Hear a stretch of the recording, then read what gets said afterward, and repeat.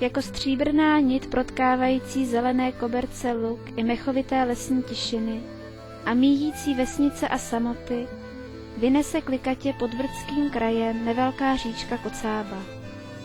Kde se vymaní z obětí stromů, tam slunce zahrává si s jejími vlnkami. Mění krůpy je v zlato a stříbro a protkává je duhovými barvami. Posloucháte naši říčku? No nevíte, že Kocába hraje? Každý to neslyší, ne také všude. Jen na některých místech, ale mnohému bylo toho dopřáno. Jsou to tóny houslí, které zaznívají z jejich vod. Proč housle lkají zde svou píseň? O tom se povídá toto. Od pradávných dob byl náš národ pyšný na svoji hudbu. Mnozí muzikanti odcházeli od nás do ciziny, aby svým uměním potěšovali druhé.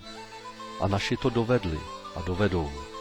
Mezi muzikanty vynikal zvláště jeden, který uměl krásně hrát na housle. Jmenoval se Marek. Byl to človíček nepatrný a pro mnohé podivín. Žil v nízké chaloupce u potoka. Do Knína se přistěhoval kteréhosi rána. Vesničané byli tou dobou všichni za svou prací a když se vrátili, zjistili, že mají nového souseda. V té době to nebylo neobvyklé. Mnoho chalup po poslední vojně zůstávalo prázdných. Na jejím začátku verbíři odváděli všechny zdravé muže a jejich ženy se vracely zpět k rodičům, aby lépe přežili těžké časy. Mnoho mužů se z vojny nevrátilo a chalupy zůstaly tak, jak byly opuštěny.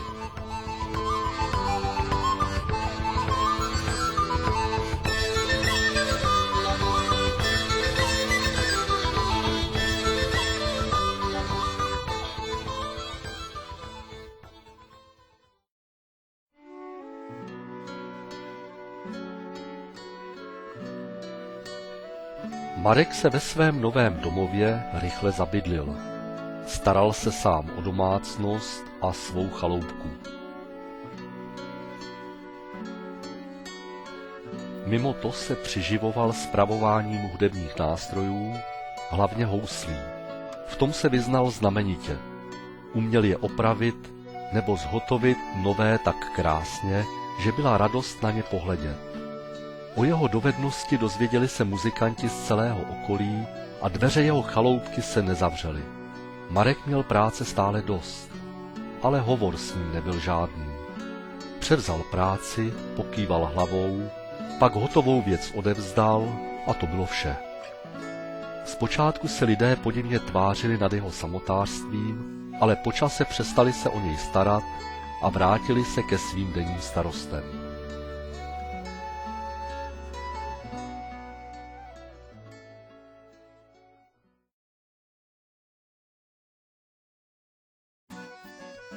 Až jednou se do Knína přistěhoval další muzikant a v hospodě se vesničanům svěřil, že Marka zná. Poznal ho, když si u něj nechával spravit své housle. Vyprávěl sousedům, že Marek pochází od nich, od Jinec. Prozradil i to, že to dříve býval veselý a pěkný chlapec. Chodíval za jedním děvčetem, byl však pro ně chudý a matka nedovolila, aby si dceru vzal. U jejich dveří se prý může znovu ukázat, až bude mít dostatečně velké věno. A proto Marek vyšel do světa za výdělkem. Od těch dob se straní lidí a žije sám pro sebe. Sousedé Marka politovali, mnozí se škodolibě usmáli a za krátký čas se už o něj nikdo nestaral, jen když něco potřeboval. Když měl po práci a soumrak se snesl nad krajinu, vzal do rukou svoje housličky, stoupl si k okénku a hrál.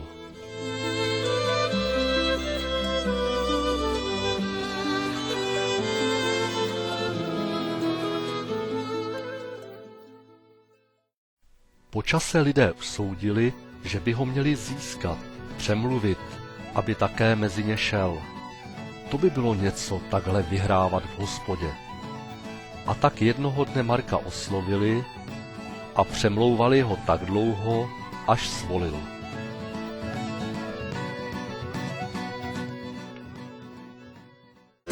Chtěl bych mít pevnou k tomu země, kus silnou hůr a psa starý zbytý vůz, ohradu ovce a koní pár, jen tohleto mít bych chtěl.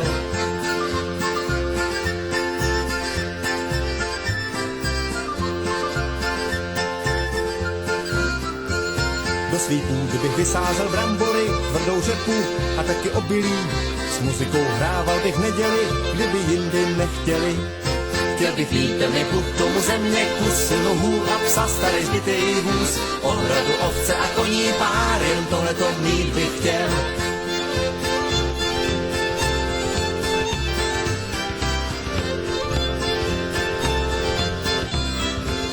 Celý rok tady prší, nic nezraje, ani ovcím nechce se už ze stáje. Jestli na duby někdo tady zahraje, tak ho pošlu do háje. Chtěl bych mít pevný klub k tomu země, kus silnou hůr a psa starý zbytý vůz, ohradu ovce a koní pár, jen tohleto mít bych chtěl.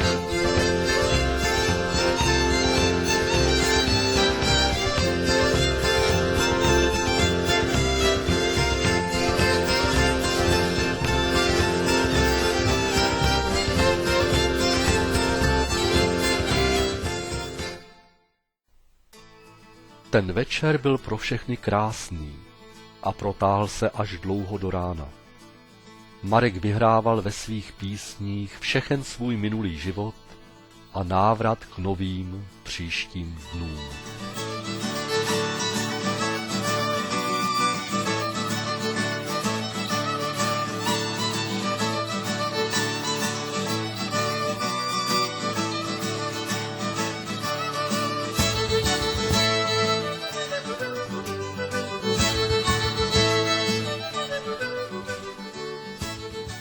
Od oné chvíle byl by ho nikdo nepoznal.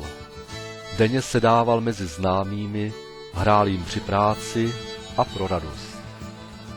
Ve vsi bylo od té doby veselo.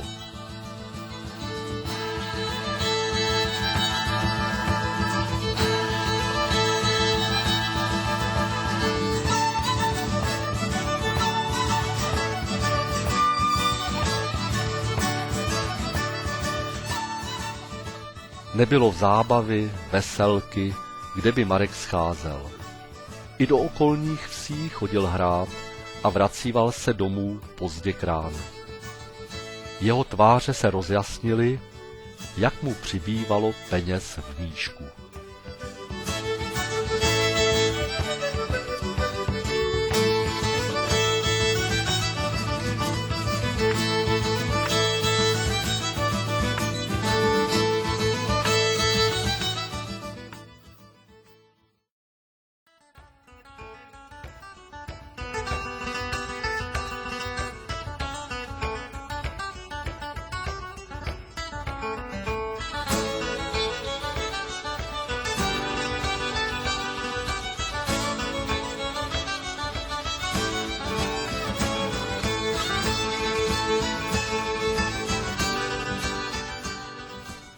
Jednoho dne jej navštívil posel až ze zámku, ať prý udělá krásné housle, jaké nejlepší dovede.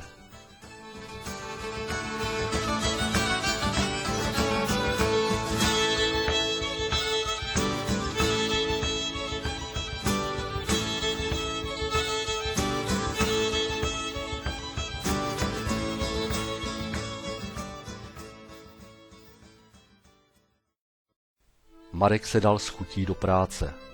V ten čas ani ven nevycházel. Pracoval nepřetržitě.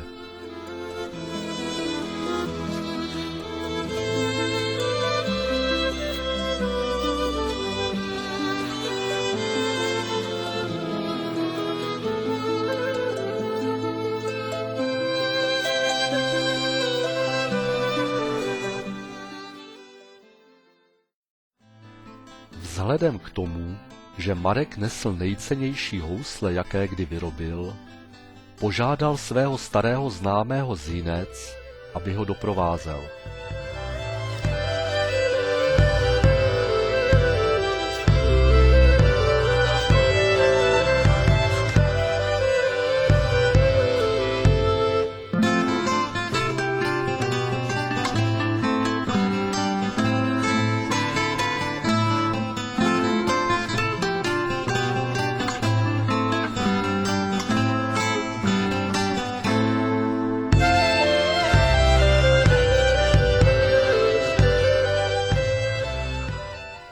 Na zámku byl za své housle pochválen a tak obdarován, že se vyrovnal každému sedlákovi.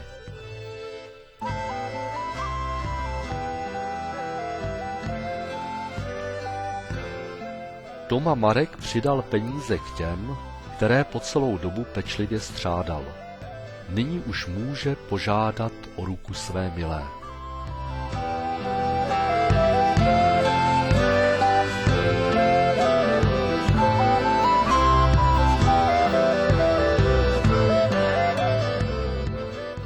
Nazítří sousedům oznámil, že se odstěhuje, odkud přišel, a pochlubil se, že tam na něho čeká děvče. Sousedé litovali, že odchází, a přáli mu mnoho štěstí. Za tu dobu poznali, jaký je to dobrý člověk.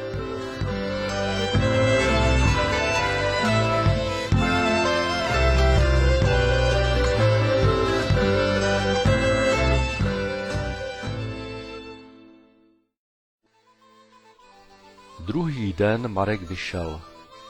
Na své cestě se ještě zastaví na jedné svatbě a naposledy si tak zahraje ve zdejším kraji. Slíbil sedlákovi Černému v Boroticích zahrát na jeho veselce.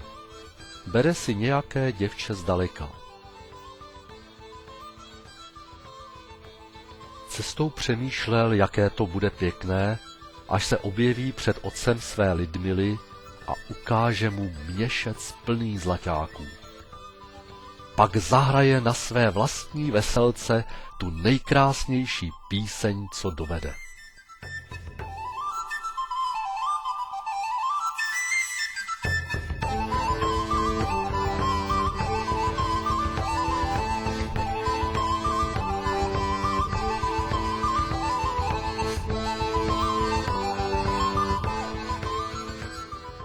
V Boroticích byl již očekáván. Přivítal ho místní kněz a zatímco spolu hovořili, svatebčané již přicházeli ke kostelu. Po schodech stoupala nevěsta a když se Marek otočil, nemohl uvěřit vlastním očím. Byla to jeho milá Lidmila. Marek na nic nečekal, sebral svoje housle, nikomu neřekl ani slova a utíkal k lesu.